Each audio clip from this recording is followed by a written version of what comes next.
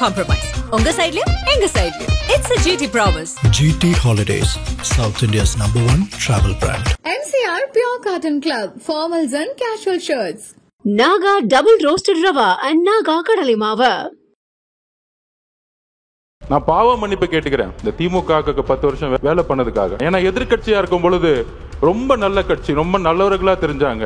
ஏன் நம்ம தலைவரை எலெக்ஷன் இன்னைக்கு கருப்பு சிவப்பு சைக்கிளோட வந்து உங்களுக்கு ஆதரவு கொடுக்குறேன்னு சொன்னாரு. உங்களுக்கு எல்லாம் வந்து நன்றி உணர்வு இல்ல. நீங்க உங்க முதலமைச்சர் வரதா இருந்தா நைட்டே போயிட்டு மகளிர் சுய உதவிக்குள்ள இருந்து 10,000 பேர் காசு கொடுத்து கூட்டிட்டு வருவீங்க. உங்க துணை முதலமைச்சர் வந்தாருன்னா போக்குவரத்து துறையில இருந்து பஸ்ஸை கூட்டிட்டு வந்து மக்களை கூட்டிட்டு வந்துட்டு இருக்கீங்க. நாங்க மக்கள் அப்படி கூட்டிட்டு வந்தோமா?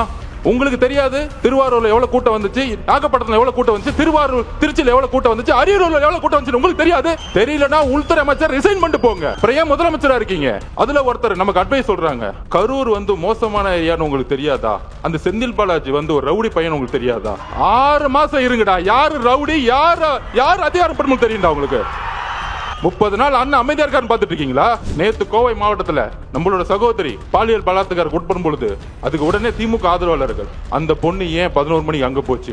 அறிவில்லையாடா திமுக காரங்களுக்கு? அறிவில்ல. நீங்க எல்லாம் பெண் குழந்தைங்க பெற்றிருக்கீங்களா இல்லையா? பெண்ணும் ஆணும் எங்க வேணாலும் போகணுங்கிற சுதந்திரம் இருக்கக்கூடிய தமிழ்நாடு தலைவர் வந்த பிறகு மாத்து வர்றா. பெரிய குற்றச்சாட்டுகள். நம்ம வந்து 2 நாள்ல கடந்துட்டு போயிருக்கலாம். ஏன் 30 நாள் வரைக்கும் அமைதியா இருக்கீங்க? ஏன் உறவுகள், ஏன் குடும்பம், எங்க அம்மா எங்க அக்கா செத்தா நான் 30 நாள் வீட்டை தாண்டா இருப்பேன். முட்டா பசங்களா? எந்த இடத்துலயுமே இல்லாத ஒரு வரவேற்பு கரூர்ல இருந்துச்சு. அந்த பாலத்துக்குள்ள வரும் பொழுது அவ்வளோ போலீஸ் கரெக்டா அந்த 2 கிலோமீட்டர் கூட்டிட்டு போயிட்டு அந்த இடத்துல பஸ்ஸை நிக்க வைக்கிறாங்க. பஸ்ஸை நிக்க வச்சு தலைவரை எந்திரிச்சு பேச சொல்றாங்க. காவல்துறை மேல எங்களுக்கு நம்பிக்கை இல்லைன்னா சூழ்ச்சியே தெரியாத எங்க தலைவர் காவல்துறைக்கு நன்றி சொல்லுவாரா? அதுக்கு அடுத்தது வந்தாரு பாருங்க மகேஷ் பொய்யாமொழி. மக்கள் எங்க உண்மை தெரிஞ்சுச்சுன்னா இந்த 2 பேரை பார்த்தே உண்மையை கண்டுபிடிச்சிட்டாங்க. அன்னைக்கு ஒருத்தன் அப்படியே கையை பிடிச்சி நெளிறான். அடுத்தது நம்ம மகேஷ் பொய்யாமொழி கண்டிஷனை ஃபாலோ பண்ணுங்கன்னா ஆக்டிங் போட. ஆனா நீங்க இதுல மகேஷ் பொய்யாமொழி மட்டும் பார்த்திருப்பீங்க. இன்னொரு நெப்போ கிட்ட ஒன்று வரும் காலையில துபாயில இருந்து கிளம்பி எல்லாத்தையும் பார்த்து தான் வந்திருக்காரு. அவருக்கு எந்த ஆலோசனையும் தேவையில்லை. அவர் சொன்னா செய்யறதுக்கு 1.5 கோடி பேர் இருக்கும். சொல்ற செய்யறதுக்கு நீ பேசி பேசி அழிஞ்சுக்கிட்டு இருக்க. அவர் செயல்ல வந்து ஜெயிச்சுட்டு போயிட்டே இருப்பார். தெய்வத்தால் ஆகாதேனினும் முயற்சிதன் மெய்வருத்த கூலி தரும்.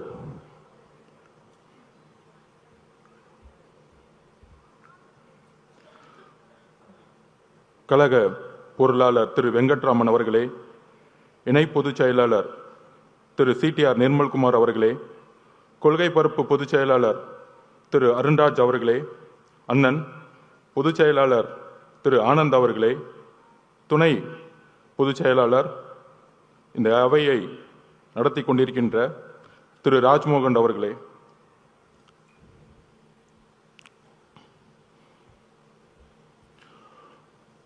40வது நாள் முதல் 16 நாள் அவதூறுகள், பொய் பிரச்சாரங்கள், துரோகங்கள், சூழ்ச்சினா என்னன்னே தெரியாத நம்மளுடைய கட்சி 30 வருஷமா இயக்கங்களா, மக்கள் இயக்கங்களா உருவாகி நலத்தட்ட இயக்கங்களாகவே மக்களோட இருந்து இதை வழிநடத்தி இன்றைக்கு சூழ்ச்சினா என்னன்னு முதல் முறையா கரூர்ல பார்த்து அந்த சூழ்ச்சியை எதிர்கொண்டு இன்றைக்கு எந்த சூழ்ச்சி செய்தார்களோ அந்த திமுக இன்றைக்கு மக்கள் முன்பு ஒரு குற்றவாளியாக ஆக்கப்பட்டு தமிழகத்தில் பேசி பேசி வளர்ந்த கட்சி திமுக இன்றைக்கு பொய்யை மட்டும் குற்றச்சாட்டுகளை மட்டும் நம்ம மேல செலுத்தி நம்ம தலைவர் மேல ஒரு பொய்யான பிரச்சாரங்களை உருவாக்கி, ஆனால் தன்னுடைய அமைதியின் மூலமாக தமிழகத்தில் முதல் முறையாக ஒரு மௌன புரட்சியை உருவாக்கி மக்கள் விரும்பும் முதல்வர் வேட்பாளராக 2026 இந்த சூழ்ச்சியை தூக்கி எறியக்கூடிய ஒரே தலைவர் எங்களுடைய தலைவர் அவர்களுக்கு வணக்கத்தை தெரிவித்து, சிறப்பு பொதுக்குழுனா தலைவர் நம்மை அழைத்திருக்கிறார். பொதுவாக எப்பொழுதும் பொதுக்குழுவை தலைவருடைய அனுமதியுடன் நம்மளுடைய பொதுச் செயலர் அண்ணன் அவர்கள் கூப்பிடுவார். ஆனால் இன்றைக்கு தலைவர் அவர்கள் நம்மை இந்த தமிழகத்திற்கு தாவைக்க முடங்கியது. தாவைக்கவுடைய மாவட்ட செயலாளர்கள் கைது செய்யப்பட்டார்கள். பொதுச் செயலாளர் ஓடிவிட்டார். நிர்மல்குமார் ஓடிவிட்டார். யாரு ஓடுனது? உங்க அப்பா கைது செய்யும் பொழுதும் நீங்க ஓடுனீங்களே, அப்படியா ஓடணும்? நாங்க கலைஞர் கைது செய்யப்படும் பொழுது யார் ஓடினார்? திமுக வரலாறு தெரியுமா? கலைஞர் கைது செய்யப்படும் சொந்த மகன் ஓடினார். வரலாறு பத்தி பேச ஆரம்பிச்சும் தாங்க மாட்டீங்க. டிவி கேட்க வரலாறு தெரியாமல்ல, எங்களுக்கு மக்கள் இயக்கமாகவும் இருக்கும் தெரியும். உங்களை சூழ்ச்சிகளை சுப்ரீம் கோர்ட்ல போய் தூக்கி எறியவும் தெரியும்.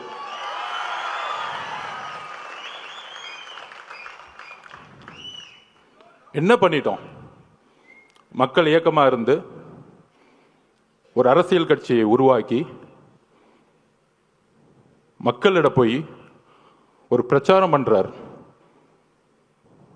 முழுவதுமாக மே மாசம் தன்னுடைய பணியிலிருந்து இந்தியாவிலேயே நம்பர் 1 அதிகமான சம்பளத்தை விட்டுட்டு அவருடைய உள்ளுணர்வு, நம்ம இந்த மக்களை பார்த்துட்டே இருக்கோம். சின்ன வயசுல இருந்து நம்ம நல்லா இருக்கிறோம், ஒரு பெரிய வீட்டில் இருக்கிறோம், ஒரு நல்ல கார்ல போறோம், நல்ல எஜுகேஷன்ல இருந்தோம். ஆனா என்னுடைய பயணத்துல தமிழ்நாடு முழுசும் தன்னுடைய தொழிலில் நடிக்க போகும் பொழுது ஒவ்வொரு ஊராவும் பார்க்கும் பொழுது இன்னும் குடிசைகளாவே இருக்கே. தன்னுடைய தந்தை கலைஞர் பெருசா பேசிவாங்க, குடிசை மாற்று வாரியத்தை உருவாக்கினார். ஆனா இன்னைக்கு குடிசைங்களை தூக்கி எறிஞ்சுக்கிட்டு இருக்காங்க பெரிய பெரிய மாளிகைகளை கட்டுறதுக்காக. அப்படி தன்னுடைய பயணத்துல ஒரு கட்சி ஆரம்பிக்கணும், மக்களிட போகணும். மக்கள்கிட்ட போய் நம்ம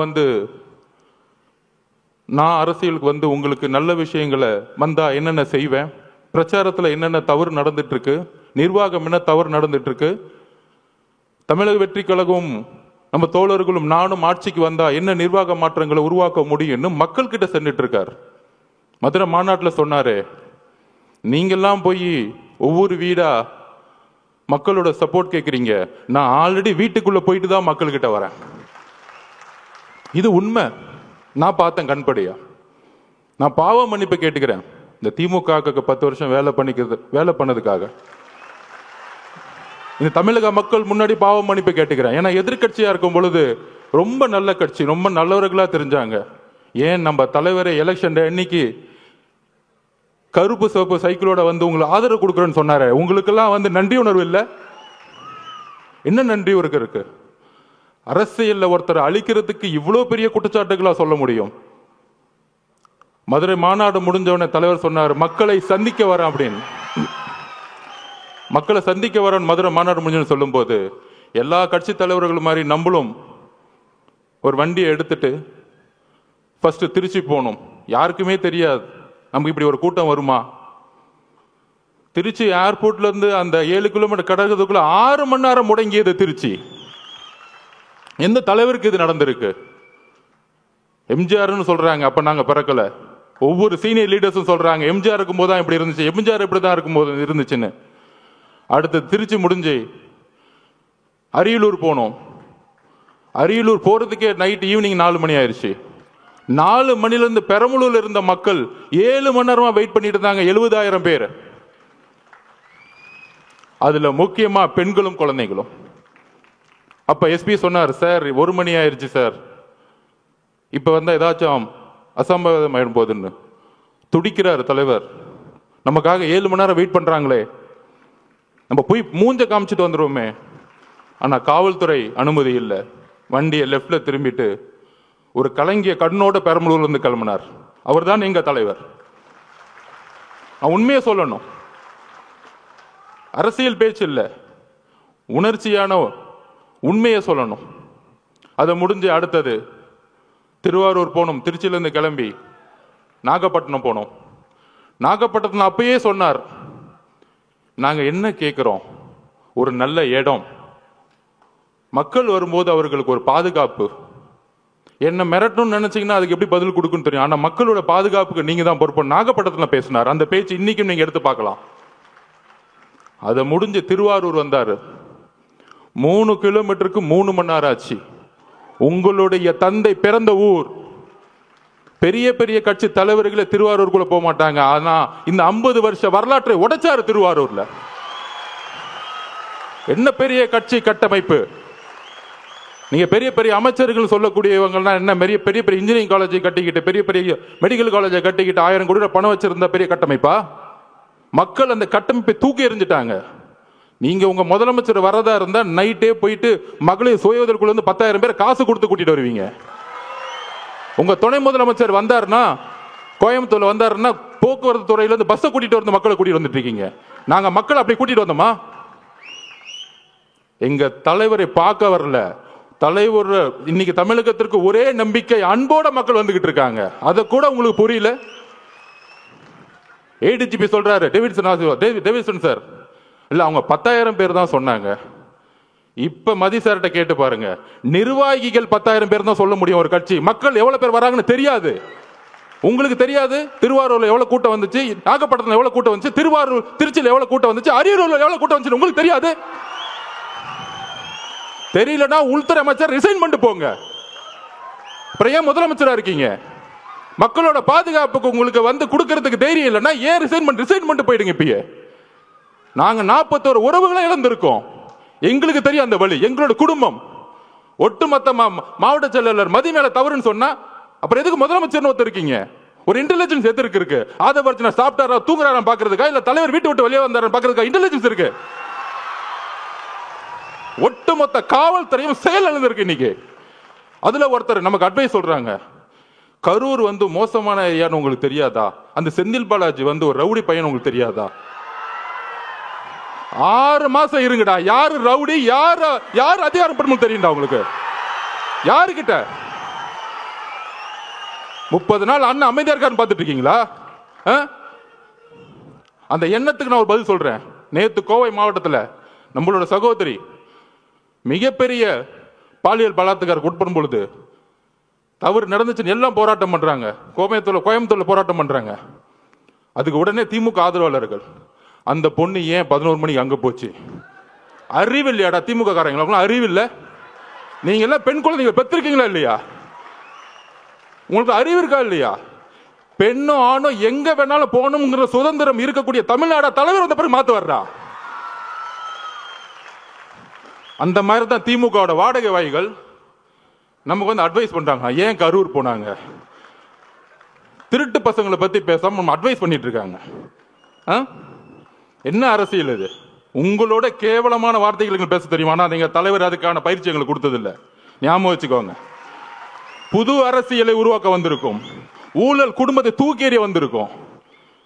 எங்களுக்கு அரசியல் கத்துக் கொடுக்காதீங்க. ஒட்டுமொத்த குடும்பமும் ஊழலை தவிர இன்னைக்கு எதுவுமே கிடையாது. என்ன எமோஷன்ஸ்! அன்னைக்கு அம்மா வந்திருக்காங்க, தலைவரோட அம்மா. 41 பேர் இறந்த பிறகு ஃபர்ஸ்ட் பெரிய குற்றச்சாட்டுகள் நம்ம வந்து பெரிய பெரிய அரசியல்வாதிகள் சொல்லுவாங்கல்ல, 2 நாள்ல கடந்துட்டு போயிருக்கலாம். அதை ஏன் 30 நாள் வரைக்கும் அமைதியா இருக்கீங்க? ஏன் உறவுகள், ஏன் குடும்பம், எங்க அம்மா எங்க அக்கா செத்தா நான் 30 நாள் வீட்டை தாண்டா இருப்பேன்? முட்டா பசங்களா? எங்க தலைவருக்கு, எங்க தலைவரோட அம்மாக்கு என்ன எமோஷன் இருக்கும்? ஐயோ எவ்வளவு பெரிய சம்பளம், நல்ல வசதியான வாழ்க்கை. இன்னைக்கு அதாவது இந்த பிரச்சனை நடந்த உடனே அன்னைக்கு நைட்டு தலைவர் போன அடுத்த செகண்ட், அதாவது உங்களுக்கு தெரியும், நம்ம பார்த்திபன் மதியனுக்கும் தெரியும், எந்த இடத்துலையுமே இல்லாத ஒரு வரவேற்பு கரூர்ல இருந்துச்சு. பார்த்திபன் கூட இருக்கார், மதிய சார் பார்க்குறோம். அந்த பாலத்துக்குள்ள வரும் பொழுது அவ்வளோ போலீஸ் வந்து வரவேற்று ரோப் பிடிக்கிறாங்க. கரெக்டாக அந்த 2 கிலோமீட்டர் கூட்டிட்டு போயிட்டு அந்த இடத்துல பஸ்ஸை நிற்க வைக்கிறாங்க. பஸ்ஸை நிற்க வச்சு தலைவரை எந்திரிச்சு பேச சொல்றாங்க.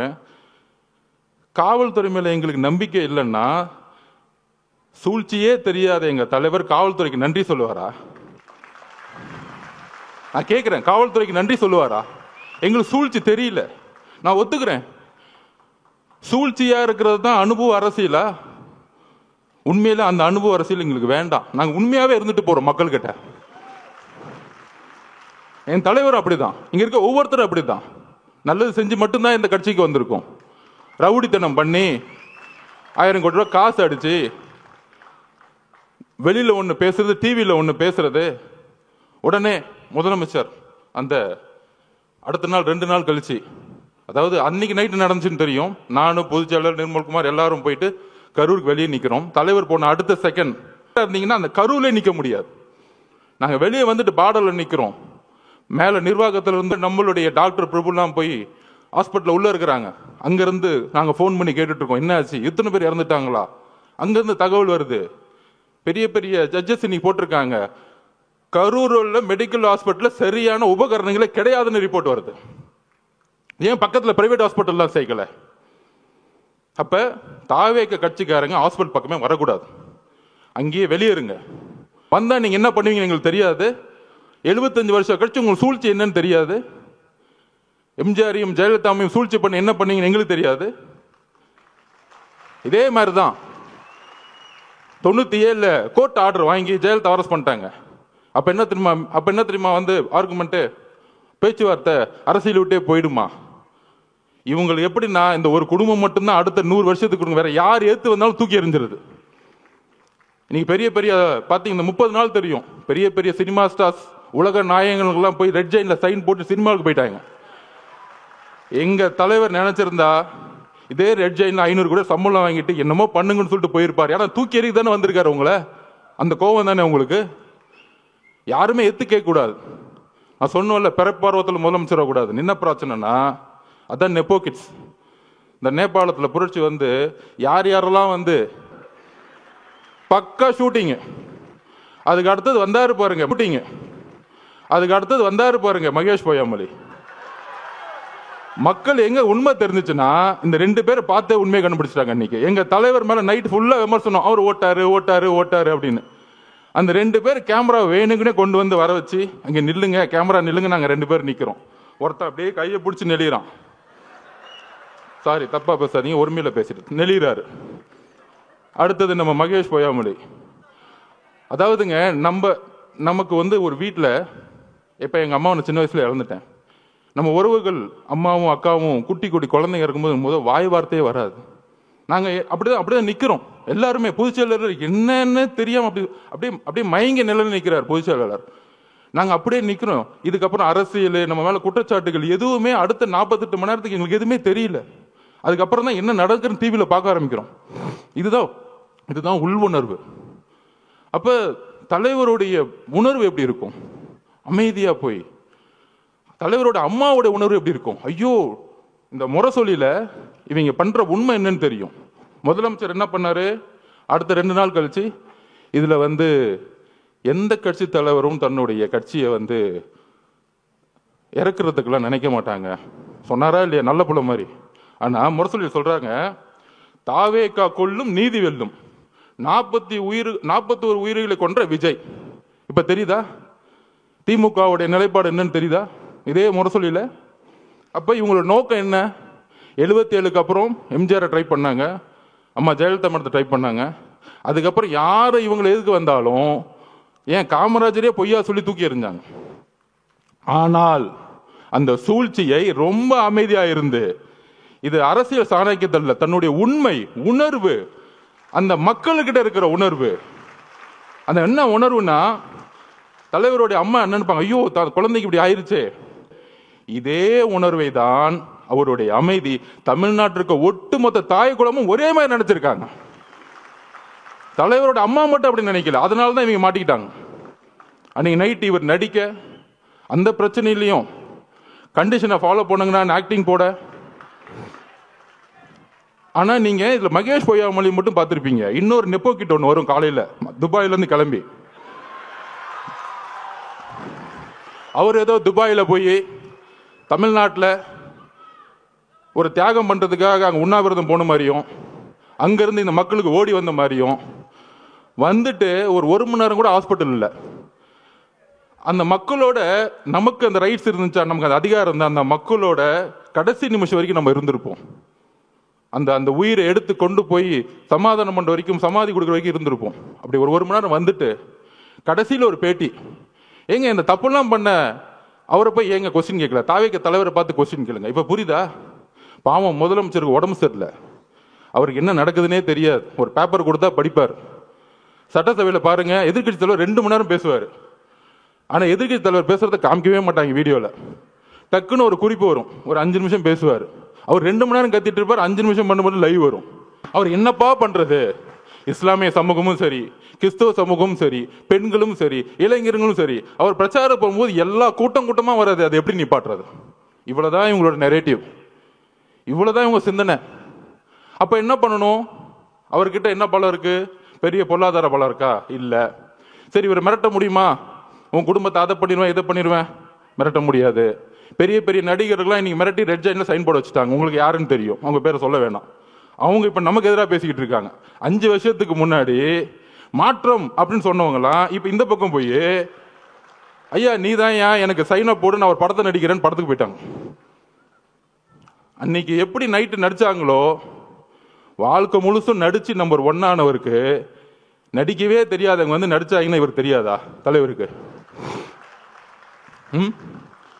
அப்படி நீ நைட்டு மாட்டி முதலமைச்சர் அப்படி வந்து அடுத்த நாள் அறிக்கை, முதலமைச்சர் மட்டும் இல்ல, ஹோம் செக்ரட்டரி கோர்ட்ல கேஸ் ஃபைல் பண்றாங்க. கோர்ட்ல கேஸ் ஃபைல் பண்ணி எக்ஸ்பார்ட்டி ஆர்டர். தாவேக்கே கிடையாது, யாருமே கிடையாது, திமுகவே கேஸ் போடுமா, திமுகவுடைய அரசு வக்கீலே ஆர்குமெண்ட் பண்ணுவாராம். அதுக்கப்புறம் நான் எதுவும் சொல்ல முடியாது, ஒரு ஜட்ஜ்மெண்ட் வருது. அன்னைக்கு தலைவர் கூப்பிட்டார் இமீடியட்டா, தோழர்களே இவங்களுடைய சதி சூழ்ச்சி, கரூருடைய சூழ்ச்சிகள் நம்ம ஒட்டுமொத்த கட்சியும் அழிக்கிறதுக்கான வேலையை செய்ய ஆரம்பிச்சிட்டாங்க.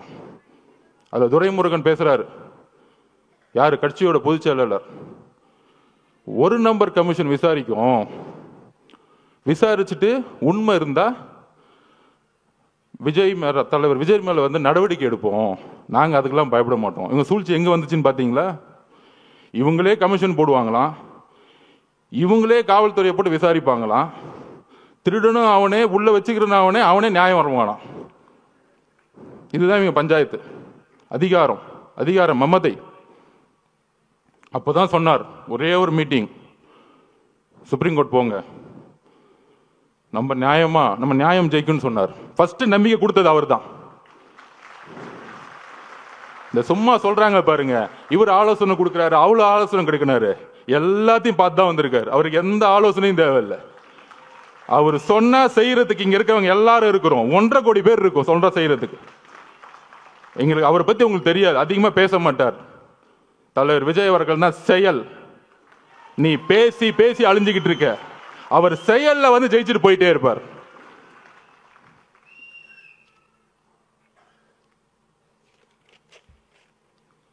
அதாவது இந்த கரூர் இன்சிடென்ட், கரூருக்கு முன் கரூருக்கு அப்புறம்னு சொல்லலாம். இந்த 41 குடும்பத்தையும் தலைவர் இங்க வந்து பார்த்தாரு. ஏன் பார்த்தாரு? உடனே அனுதாபம்லாம் நம்ம அங்கதானே போகணும், இவர் ஏன் அங்க போல, கரூருக்கு ஏன் போல? அதுக்கு நான் பதில் சொல்றேன். கரூர் காவல்துறை இருக்கு பாருங்க, ஒரு வினோதமான காவல்துறை. நம்ம பார்த்திபனுக்கும் மதியனுக்கும் தெரியும். 8 நாளுக்கு முன்னாடியே 9 நாளுக்கு முன்னாடியே மனுவை கொடுக்குறாங்க. அது நம்ம தவறு தான் ஒத்துக்கலாம், ஏன்னா நம்ம காவல்துறையை நம்பணும்ல, அதுதான் நம்மளுடைய மிகப்பெரிய தவறு. எங்களுக்கு அந்த அரசியல் தெரியல, ஒத்துக்கிறோம், சாரி, மக்களுக்கு நாங்கள் மன்னிப்பு கேட்டுக்கிறோம். அந்த ஒரு தவிர நாங்கள் எதுவும் செய்யல. எங்க மதியனோ பார்த்திபனோ பொதுச்செயலாளரோ காவல்துறை போய் நம்பினாங்க. அப்ப காவல்துறை ஒரு இடத்துல நம்ம வந்து கேட்கிறோம், ஒரு 6 இடம் கேட்கிறோம். அப்புறம் காவல்துறை இருக்க டிஎஸ்பி, ஒரு சிறப்பு வாய்ந்த நேர்மையான டிஎஸ்பி, நம்ம விஜயகாந்த் சாரோட ஒப்பிடலாம், சினிமாவில் வர மாதிரி. அவர் தான் டிஎஸ்பி செல்வராஜ் அவர்கள். அப்படி அச்சுன்னு தும்முனா கூட கட்சி எடுத்துட்டு போவார். யாரு? நம்ம செந்தில் பாலாஜிக்கு கட்சி எடுத்துட்டு போறவர் தான் அவரு. அந்த இடத்துல அப்படி ஒரு ஆளை போட்டு வச்சிருக்காங்க. இருக்கு, வந்துட்டாரு உங்க அப்பா, சிபிஐ வந்திருக்காங்க, டெல்லியில இருந்து வந்திருக்காங்க. சொல்றீங்களா 600 பேரை போட்டோம், அதுல ஏடிஜிபி சொல்றாரு 500 பேரை போட்டோம், இன்னொரு அமைச்சர் சொல்றாரு இல்ல நாங்க 700 பேர் போட்டோம். அதோ எல்லாம் ஸ்டேட்மெண்ட் கொடுத்தோம். முதலமைச்சர் முதற்கொண்டு என்கொயரி பண்ணணும் இந்த விஷயத்துல, தவறு தகவல் சொன்னதுக்கு. அப்ப அண்ணன் மனு கொடுக்குறாரு. அந்த டிஎஸ்பி பார்த்திப் மன்னன் கூட சண்டை போடுறாரு. எல்லாம் பதிவு இருக்கு, எல்லாம் சொல்லுவார் அண்ணன். என்ன சண்டை? அதுல கலெக்டர் ஒரு சர்க்குலர் அனுப்புறாரு. என்ன சர்க்குலர்? 4 இடம் நீங்க எதை வேணா சூஸ் பண்ணிக்கலாம். அந்த 4 இடத்துல நம்ம கேட்ட இடம் ரவுண்டானா. கரெக்டான பார்த்து பண்ண லைட்டஸ்ட் ரவுண்டானா கேட்கிறோம். இது ஆல்ரெடி கவர்மெண்ட் சர்க்குலர் கொடுத்துருக்க இடம். இதை டிஎஸ்பி அனுப்புறாரு. ஆனா அடுத்த நாளே உத்தரவு வந்திருக்கும். அச்சுன்னு தும்பிட்டார்ல அவரு, ஊருக்குள்ள கூட்டிட்டு வராத. ஏன் ஊருக்குள்ள கூட்டிட்டு வரக்கூடாது? ஊருக்குள்ள கூட்டிட்டு போய் தலைவர் அந்த இடத்துல ரவுண்டான நின்றுட்டா ஒட்டுமொத்த மக்களும் ஓட்டு மாறிடும். வேற ஒன்றும் கிடையாது. இதுதான் அரசியல். அவர் முகத்தை யாரும் பாத்திரக்கூடாது. ஊருக்கு வெளியே ஓரமா ஒரு ரோட்டுக்குள்ள போ. அங்க நீ என்னை பத்தி பேசுறன்னா ஃபர்ஸ்ட் செருப்பத்துக்கு அடிப்பேன். கலைப்புறம் பண்ணி பேசாம கிளம்பணும். இதுதான் திமுகவுடைய ரவுடி அரசியல். இந்த ரவுடி அரசியல் நமக்கு தெரியல, இதை நம்ம உணரல. காவல்துறை என்ன சொன்னுச்சு? நீங்க பத்திரமா இந்த தெருவுல வாங்க, பாதுகாப்பெல்லாம் நாங்க பாத்துக்கிறோம். காலையில 9:30 மணிலிருந்து ஈவினிங் அவர் எந்தெந்த நொடியிலிருந்து வராரோ எல்லாமே லைவ்ல ஓடிக்கிட்டு இருக்கு. காவல்துறைக்கு தெரியாதா அவர் எங்க வராருன்னு? இன்னும் 1960 யாருக்கும் தினத்தந்தி பேப்பர் அடுத்த நாள் வர தெரியறதுக்கு? ஒவ்வொரு நாமக்கல்ல இருந்து ஒவ்வொரு 5 கிலோமீட்டர்லயும் 5000 10,000 பேர் நிப்பாட்டுறாங்க பஸ்ஸை. ஒரு இடத்துலயும் ஒரு காவல்துறை கிடையாது. எங்களுடைய பாதுகாப்பை பத்தி நாங்க பேசல. மக்கள் திடீர்னு கூட்டம், ஒரு கோயிலுக்குள்ள, திருச்செந்தூர் கோயிலுக்குள்ள ஒரு சாமியை பார்க்க ஒரு 20 லட்சம் பேர் வந்தாங்கன்னா எந்த அளவுக்கு முன்னெச்சரிக்கணுமோ அதே முன்னெச்சரிக்கை எங்க தலைவர் எடுத்து ஆகணும். நாங்க கூட்டிட்டு வரல. 10-20% தான் நிர்வாகிகள் இருக்காங்க. எங்களுக்கு தெரியாது எவ்வளவு மக்கள் வருவாங்கன்னு. அப்ப உங்களுடைய உளவுத்துறையும் காவல்துறையும் மக்களுக்கான பாதுகாப்பு கொடுக்கணும் தான் உங்களை தாழ்மையோட கேட்டுக்கிறோம்.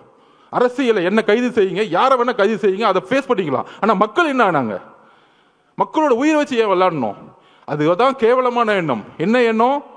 மக்களுக்கு எதா ஆச்சுன்னா அந்த பழியை அவர் மேல போட்டு சூழ்ச்சி பண்ணி கட்சியை முடக்கி கட்சியை தூக்கி எறியணும்.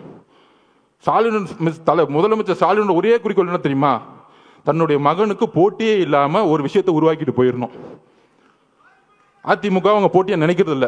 ஒரே போட்டி 1977க்கு அப்புறம் 26% இன்னைக்கு தாண்டின ஒரே கட்சி நம்மளுடைய தலைவர். சும்மா டிவி எப்ப பார்த்தாலும் ஒரு பெரிய டிவி சேனல், ஒரு சேனலை முடக்கிட்டாங்க. நம்ம சகோதரர் அவர்கிட்ட நான் பேசும்போது என்ன சொன்னாங்க, ஏன் லைவ் போடுறோம்னா ஒவ்வொரு சனிக்கிழமை அன்னைக்கும் நம்பர் 1 சேனல்ல 1,20,00,000 பேர் பாக்குறாங்க, நம்பர் 2 80,00,000 பேர் பாக்குறாங்க. அவங்க ஆட்டோமேட்டிக்கா மக்கள் எங்க இருக்குமோ அங்கதான் சேனல் இருக்கும். அப்ப மக்களுடைய சந்திப்பு, மக்களுடைய கமிட்மெண்ட் எங்க இருக்குன்னா தலைவர்கிட்ட இருக்கு. ஒரு மாற்றம் வராதா? ஒரு உண்மையான ஒரு ஒருத்தர் மாட்டா, அவரு திருட மாட்டாருப்பா. ஏன் திருட மாட்டாரு? அவர் தான்ப்பா பெரிய சம்பளத்தை விட்டுட்டே வராரு. இவங்க என்ன திருட்டு பசங்க, இந்த படுபாவிங்க. இத்தனை நாள நாங்க வேற ஆள் இல்ல. இதெல்லாம் ஊர்ல ஒரு சாதாரண ஒரு பாட்டி பேசுறாங்க. உங்களுக்கு தெரியும், ஐயோ அங்க நேரு இருக்காரு, எப்படி ஜெயிப்பார்? 2011 உன் நேருல இருந்து எல்லாம் தூக்கி எறிஞ்சாங்க மக்கள். என்ன பேசிட்டு இருக்கீங்க? என்ன அரசியல் எங்களுக்கு தெரியாது. ஐகுமோர்ல ஒரு பெரிய மினிஸ்டர் தூக்கி எறிஞ்சாங்க, ஒரு சைக்கிள் கடைக்கார வச்சு ஜெயிச்சாங்க. அதுதான் தமிழக வெற்றி கழகம். நீ உன் கட்டமைப்புல தூக்கி எறிவார். உன் பொதுச் செயலர் தூங்க முடியாம எந்திரிக்காம, அதுக்கு ஏன் பொதுச் செயலர் எவ்வளவு மேட்டர்? ஏன் பொதுச் செயலர் பார்த்து நீ மீம்ஸ் போட்டுட்டு இருக்க? எந்திரிச்சு ஒரு வாக்கிங் பண்ண சொல்ல உன் பொதுச் செயலர். சட்டசபையில் உட்காந்து கிண்டல் பண்ணிக்கிட்டு கேலி பண்ணிக்கிட்டு எதிர்கட்சிகளை என்ன அவை நாடா, ஒரு அவை நாவடக்கம் கூட தெரியாம சட்டசபையை கேலி பொருளாக்கிக்கிட்டு எப்ப பார்த்தாலும் சட்டசபைக்கு போனா ஐயா உதயநிதி வாழ்க, ஐயா உதயநிதி. என்ன தியாகி அவரு? சட்டசபையா என்ன பண்ணிட்டு இருக்கீங்க? இது கேள்வி கேட்டா போதும், என் மேல ஒரு எஃப்ஐஆர். நான் புரட்சியை உருவாக்கிட்டேனா? ஆமா, எல்லாம் ஊர்ல இருந்து எல்லாம் ஆம்ஸ் இறக்கி நடு ரோட்ல நின்று துப்பாக்கி எடுத்து சுட்டுட்டு இருக்கோம்.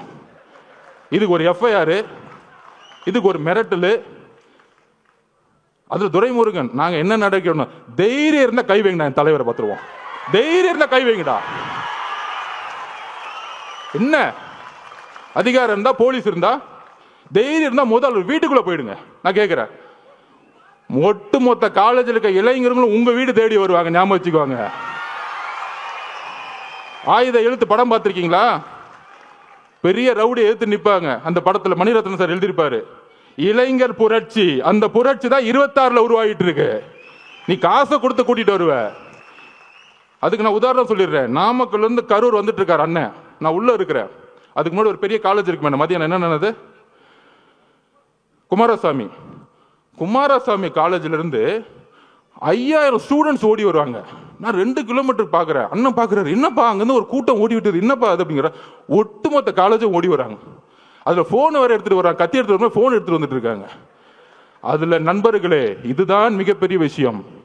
அதில் 5000 பேர்த்துல 3000 போது பெண்கள். பெண்கள் ஓடி வராங்க. இதுதான் அரசியல் மாற்றம். நீ சொல்ற நேரு, வேலு, செந்தில் பாலாஜி தூக்கி எறிஞ்சிட்டு இளைஞர்கள் போயிட்டே இருப்பாங்க. ஞாபகம் வச்சுக்கோங்க. காவல்துறையை பார்த்து பயப்படுற நினைச்சிட்டு இருக்கீங்களா? எங்களுக்கு எந்த பயமும் இல்லை. நாங்க ஒரே ஒரு கோரிக்கை தான் மக்கள் முன்னாடி வைக்கிறோம். மக்கள் பாதுகாப்புக்கு காவல்துறை தான் பொறுப்பு. எங்கள் பாதுகாப்பு, என் மேல எஃப்ஐஆர் போடுங்க, எங்க பொதுச்செயலாளர் அரெஸ்ட் பண்ணி உள்ள வைங்க, நாங்க எதிர்கொள்ளுக்குவோம், சுப்ரீம் கோர்ட்டு கூட போய்க்குவோம். எங்களுடைய ஒரே ஒரு தொண்டை மேல கை வைங்க, சுப்ரீம் கோர்ட்ல இருந்து ஆர்டர் வரும். நாங்க இப்ப சொல்றோம். எங்களுக்கு நீதித்துறை மீது, நீங்க நீதித்துறை வச்சு அரசியல் பண்ணினா எங்களுக்கு நீதித்துறையில என்ன, எங்களுக்கு சீனியர்ஸ் இருக்காங்க. எங்க கட்சி உட்கார்ந்து சாதாரண கட்சி நினைச்சுக்காதீங்க, எங்களுக்கும் தெரியும் அரசியல். ஆனால் மக்கள் பாதுகாப்பு, அந்த பாதுகாப்புக்கு நீங்கள் தான் முதல். இப்ப கூட எஸ்ஓபி போட்டோம். நம்ம நிர்மல்குமார் அவர்கள் நம்ம சட்டத்துறை போட்டோம் ஹைகோர்ட்ல நம்ம கேஸ் ஃபைல் பண்ணியிருக்கோம். எப்படி எல்லா கட்சிகளுக்கும் சமமா ஒரு ரூல்ஸ் அண்ட் ரெகுலேஷன் உருவாக்குங்க. நமக்கு மட்டும் ஒரு நாளுக்கு முன்னாடி தருவாங்க. ஆனா திமுக மட்டும் தன்னுடைய புள்ள ரோட் ஷோ போலாம், அவரு ரோட் ஷோ போலாம். அது எனக்கு புரியல. எல்லாம் ரோட் ஷோன்னா சாதாரணமா நினைச்சுக்கிறாங்க. ரோட் ஷோன்னா மக்கள் இருக்கணும். வெறும் ரோட்ல போற ரோட் ஷோ கிடையாது. உதயநிதியில ரோட் ஷோ போயிட்டு இருக்காரு. அது நம்ம பசங்க மீம்ஸ் எடுத்து போட்டுட்டு இருக்காங்க. வெறும் ரோட்ல அப்படி கை கும்பிட்டு லெஃப்ட்லயும் ஆளை காணும், ரைட்லயும் ஆளை காணும். யாரை பார்த்து இந்த பூனை சூடு போட்டுக்குமே, புளியை பார்த்து. எப்ப பார்த்தாலும் நம்ம தலைவர் பண்றதையே பார்த்து பண்றது. அவர் ஏர்போர்ட் இறங்குனா கூட்டம் வருதுன்னா மக்கள் வராங்க, உடனே இவங்களும் ஏர்போர்ட் வரணும்னா கூட்டம் வரணும். நம்ம உதயநிதி போறாருன்னா ரோட்ல போறாருன்னா ரோட் சைடு லெஃப்ட் ரைட்டு பாக்குறாரு, எவனுமே மதிக்கல. இப்ப கூட நேத்து கூட பாருங்க, வெள்ளூர்ல வாக்கிங் போயிட்டு இருக்காரு. யாரா ஓடி பாக்காங்க, எங்க தலைவர் வெள்ளூர்ல வாக்கிங் போட்டோம், அன்னைக்கு வெள்ளூர முடங்கி போயிடும். என்ன பேசுறீங்க நீங்க? உங்களுக்கு தான் தெரிஞ்ச அரசியல். திமுகனா கொள்கை, கொள்கை, நாங்க தான் கொள்கை, எங்களுக்கு தான் கொள்கை தெரியும். நான் ஒத்துக்கிறேன். 1967 அண்ணா உருவாக்கும் போது நாங்களும் அண்ணா வழியில் இருக்கவங்க தான். அண்ணாவோட கொள்கையை நாங்க கடைபிடிக்கிறோம், தலைவர் கடைபிடிக்கிறாரு. அண்ணாவோட கொள்கை என்ன? பெரிய திராவிடன் 4 மணி நேரம் பேசுவான். எல்லோரும் சமமா நினைக்கிறது தான் அண்ணாவோட கொள்கை. எங்க தலைவர்கிட்ட பேசி பாருங்க 1 hour. இங்க இருக்கிற பிஎல்ஏ நம்பர் 1 தான், பொதுச் செயலாளர் 1 தான். அங்க ஒரே ஒரு டிஸ்கிரிமினேஷன் தூக்கி போட்டு போயிட்டே இருப்பார். எல்லாரும் சமமா இருங்க. அப்ப அண்ணாவோட குறிக்கோள் என்ன? சாதியை பார்த்து அவர் அரசியல் பண்ணல, மதத்தை பார்த்து அரசியல் பண்ணல, பணத்தை பார்த்து அரசியல் பண்ணல, ஊழலுக்காக அவர் வரல. இதுக்கு மேல என்னப்பா கொள்கை வேணும் எங்க தலைவருக்கு? சொல்லுங்க. நீ 10 மணி நேரம் மேடை போட்டு பேசுற வாழ்க்கையில கடைபிடிச்சிட்டு போயிட்டே இருக்கிறார். நீ மேடை போட்டு எதுவும் கடைபிடிக்க மாட்டேன்னு எல்லாருக்கும் தெரியும். அதுக்கப்புறம் கலைஞர் வந்தாரு. நான் ஒத்துக்கிறேன், கலைஞர் மேல பெரிய விமர்சனம். 2 விஷயம் இருக்கு, குடும்ப ஆட்சியும் ஊழலும். அதுல பெரிய விமர்சனம். இன்னொன்னு சமூக நீதியை கொஞ்சம் உருவாக்குனாரு. அதுல எங்களுக்கு எந்த விதமான இல்லை. ஏன்னா தலைவருக்கு கலைஞரே பிடிக்கும், அதை கூட நாங்க ஒத்துக்கிறோம். இப்ப இருக்கிற ஸ்டாலின் திமுக இருக்கு, அவர் விமர்சனம் பண்ணி பிரோஜனம். அவருக்கு உடம்பு சரியில்லை, அவர் நடந்துகிட்டு இருக்காரு, ஆனா சுத்தில என்ன நடக்குன்னு தெரியாது.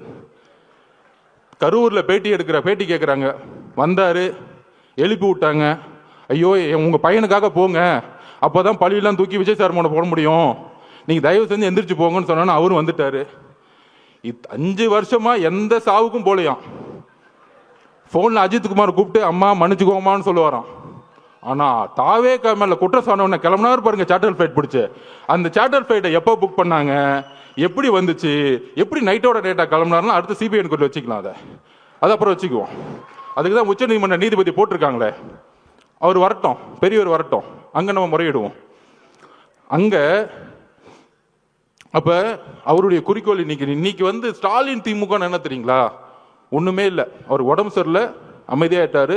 சட்டசபையில் ஒரு பேப்பர் கொடுப்பாங்க, ஒரு மீடியா மீட்டிங்னு வச்சுக்குவாங்க. அவர் பேசுவாரு. இன்னொன்னு கூட நம்ம பசங்க ட்ரோல் பண்ணாங்க, நம்ம பசங்க இருக்காங்களே ஜென்சி பசங்க, அடுத்த கேள்வி இவரே சொல்லுவார் மீடியால, அந்த கேள்வி தான் நான் பதில் சொல்றேன் அப்படின்னு. இதுதான் ஸ்டாலின் திமுக. ஆனா அதை இயக்கக்கூடியவங்க 2 பேர், மருமக மக. எனக்கு அங்க தெரியும் என்ன சிஸ்டம்னு எனக்கு தெரியும். நான் அடிக்க முடியும், உன் டிஎன்ஏ எனக்கு தெரியும், என்ன தப்பு பண்ணுவீங்கன்னு எனக்கு தெரியும். எம்ஜிஆருக்கு அப்புறம் அந்த கட்சியை தெரிஞ்ச ஒரு ஆள் நான் தான். உங்க டிஎன்ஏ, உங்க துரோகம் எல்லாம் எங்களுக்கு தெரியும். அப்போ அண்ணங்கிட்ட அப்பயே சொன்னானே இதெல்லாம் பண்ணுவாங்க, இந்த சூழ்ச்சிக்கெல்லாம் பண்ணுவாங்க சுப்ரீம் கோர்ட்டு, நீங்கள் சொன்ன உடனே போயிடலான்னு. 16வது நாள் அமைதியாயிட்டோம். இன்னைக்கு ஸ்டாலின் சாரோடைய திமுக மகன் ஒரு லெவலில் இருப்பார், மருமகன் சீஃப் செக்ரட்டரி, தாவேக்காவை எப்படி அழிக்கணும், இதுதான் அஜெண்டா. அதுக்கு தான் பெண்ணு 20 கோடி. அந்த 27 அந்த கோர்ட் சுப்ரீம் கோர்ட் ஓப்பன் ஆகிற டைம் 8 நாள். ஒன்று லீகல் ஃபைட், மீடியா நம்ம திறக்கவே முடியாது, எல்லாரும் கைது, மாவட்ட செயலர் கைது, எல்லாரும் ஓட விடு. அன்னைக்கு காலைல நிர்மல்குமார் அவர்கள் உயர் நீதிமன்றத்தில் போய் மென்ஷன் பண்ணார். இன்னைக்கு 28ஆம் தேதி சண்டே மார்னிங் அறிவு சார் எல்லாரும் போய் ஐயா உயர் நீதிமன்றத்தில் போய் ஐயா தப்பு நடந்திருக்கு, போஸ்ட்மார்ட்டம் அவசரமா பண்ணிக்கிட்டு இருக்காங்கன்னு ஒரு மனுவை கொடுக்குறாரு. அவர்கிட்ட பேசுறாரு நிர்மல்குமார் அவர்கள். காலங்காத்தால நாங்களே தலைவர்கிட்ட சொல்லிட்டு அண்ணா தப்பு நடக்குதுன்னு நம்ம, ஆனா அன்னைக்கு அந்த கேஸ் எடுக்கல. உயர்நீதிமன்றம் வெக்கேஷன் கோர்ட்ல ஆயிடுச்சு. எல்லா தகவலையும் சொன்னோம். அந்த ஒரு வாரம் நீதித்துறைக்கும் போக முடியல, மீடியாக்கிட்டையும் போக முடியல. ஏன் மீடியாட்ட போக கூட அவங்க மட்டும்தான் பேசுறது கேட்கணுமா? அதுல ஒருத்தர் மீச வச்சிருக்கலாம் பேசிட்டு இருப்பார், சட்டையை பிடிச்சி ஒன்று அடிக்கணும், வெளியே தொடரா பார்ப்போம். மீடியானா ஒட்டுமொத்த 2 கோடி மக்களோட உணர்வு நாங்க இருக்கிறோம், தைரியத்தை தொடுங்க பார்ப்போம். வேண்டாம், எங்களுக்கு அந்த அரசியல் தெரியாது, ரவுடி அரசியல், கேவலமா பேசக்கூடிய அந்த மாதிரி ஒருமையில பேசக்கூடிய எங்களுக்கு தேவையில்லை. ஆனால் மக்களுடைய இறப்புக்கு இன்னும் எங்களுக்கு வழி இருக்கு, அந்த உணர்வு எங்களுக்கு இருக்கு. இப்ப எழுதில நாங்க பேசல, மனசுல இருந்து வருது. இந்த 40 நாள் என்ன பண்ணீங்க, எங்க மக்களுக்கு என்ன பண்ணீங்க? நான் சொன்னேன் பாருங்க, அதை விட்டுட்டேன். நம்ம செல்வராஜ் அப்படி அவங்கள போட்டு 25ஆம் தேதி இல்ல நீங்க இந்த இடத்துக்கு தான் போகணும், இல்லைன்னா கேன்சல், அவர்கிட்ட மிரட்டுறாரு பார்த்திபன்ட்ட. அதெல்லாம் இருக்கு, இந்த இடத்துக்கு மட்டும்தான் நீங்க வரணும், இல்லைன்னா இந்த இடமே கேன்சல். அப்ப திருப்பியும் ஒரு 2-3 நேரம் கழிச்சு ரொம்ப பக்குவமா பாசமா, பிரதர் நீங்க தயவு செஞ்சு வாக்குறுதிகளை நம்பி அதை சைன் போட்டுட்டாங்க. அதுல என்ன போய் 25ஆம் தேதி தான் அவங்க மனு கொடுத்தாங்க, நாங்க 26 ஒத்துக்கிட்டோம், 27 நடந்துருச்சு. 10 நாளா கதறிட்டு இருக்காங்க மாவட்ட நிர்வாகம், எங்களுக்கு அந்த வேணாம், அந்த இடம் வேணாம், இடம் வேணாம். இப்ப தெரிஞ்ச அந்த சூழ்ச்சி. அப்ப இந்த சூழ்ச்சி நடந்து முடிஞ்ச உடனே இந்த 16 நாள் என்னென்னலாம் சூழ்ச்சி பண்ணாங்க, இந்த முரசொலி என்ன எழுதுச்சு, பத்திரிகையாளர்கள் என்ன எழுதுனாங்க, எல்லாம் தெரியும். அப்ப திருப்பியும் மக்களை பார்க்க போகணும். எப்படி திருப்பியும் கரூர்ல இருக்கிற, அதாவது எந்த இறப்பா இருந்தாலும் முதல் சஸ்பெண்ட் பண்ணுவாங்க, டிஎஸ்பியும் எஸ்பியும் முதல் ஒரு பேசிக்கா சஸ்பெண்ட் பண்ணுவாங்க, ஒரு துறை ரீதியான என்கொயரி பண்ணுவாங்க. ஏன் பண்ணல? இதுதான் ஒரு கூட்டு சதி. 120 யாரு? First hospital owner Senthil Balaji, அப்புறம் உதயநிதி ரசிகர் மன்ற தலைவராக இருந்தவர் திரு மகேஷ், நடிக்கவே தெரியாததுக்கு ரசிகர் மன்றம், அதை விட்டுருங்க அந்த இடம். 3வது காலங்காத்தால் துபாயில இருந்து வந்தவர். ஆக்சுவல் 120 இவங்க தான், கூட்டு சதியே இவங்க தான். ஏன் திண்டுக்கல்ல இருந்து பெரியசாமி என்ன வரல? அவங்க எல்லாம் கலைஞர்கிட்ட இருந்து அரசியல் கத்துக்கிட்டாங்க. மக்களை சாவடிக்கூடிய அரசியல் திமுக சீனியர் செய்யவே மாட்டாங்க. இந்த மாதிரி மாறி மாறி மாறி மாறி வந்துட்டு கொன்னாலும் பரவாயில்ல நினைக்கக்கூடிய ஒரு செந்தில் பாலாஜி ஆளுங்க தான் இது எக்ஸிகியூஷன்ஸ். இது நான் தனிப்பட்ட விமர்சனம் பண்றேன். அதுக்கான விஷயத்தை நம்ம சொல்லுவோம். நம்ம போய் என்கொயரி ஆபீசர்கிட்ட ஒரு திருநான்னு நினைச்சுக்குவாங்க, எனக்கு உங்க மேல சந்தேகம் இருக்குன்னு சொல்லிட்டாலே அவங்க பாத்துக்குவாங்க. வரிசையா இருக்கு இதுல. அப்ப திருப்பியும் தலைவர் போனா, தலைவர் பாதுகாப்பு ஓகே, அதுல ஒரு மண்டபம் கொடுக்குறாங்க. நம்ம பார்த்திபனுக்கு தெரியும் என்ன மண்டபம் கொடுக்குறாங்க அப்படின்னா, கரூர்ல இருந்து வெளியே தள்ளி போய் காம்பவுண்டே இல்லாம வெறும் ஒரு ஷெட்டு வச்சுக்கிட்டு ஒரு மண்டபம். மித்த மண்டபம் எல்லாருமே பிரைவேட் மண்டபம்லாம் சொல்லி வச்ச மாதிரி, உங்களுக்கு தான் காவல்துறையே மண்டபம் கொடுக்குறாங்களே, எங்ககிட்ட நாங்க எப்படிங்க கொடுக்க முடியும்? ஆல்ரெடி எல்லாம் சொல்லிட்டாங்க கிளியரன்ஸ். இந்த உண்மையை தெரிஞ்சுக்கணும். ஏன் இந்த விமர்சனத்துக்கு பதில் சொல்லனா, தலைவர் விமர்சனத்துக்கு பதில் சொல்லி பழக்கம் இல்லை. ஆனால் அங்க ஏன் போல அப்படிங்கிற விஷயத்த அந்த மக்களுக்கு சொல்லணும், பாதிக்கப்பட்ட எங்க குடும்பத்துக்கு நாங்க சொல்லணும். அதுக்கான வாய்ப்பு இது வரைக்கும் நாங்க கிடைக்கல. தலைவர் வாயை திறந்து அவங்ககிட்ட சொல்லல. அங்கதான் அந்த அவருடைய உண்மை இருக்கு.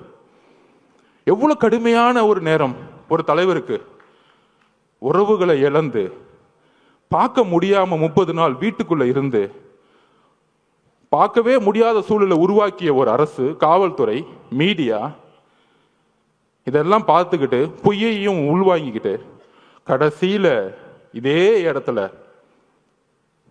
அவர் பார்த்தாரு. யாருமே இல்லை, தனியா பார்த்தார்.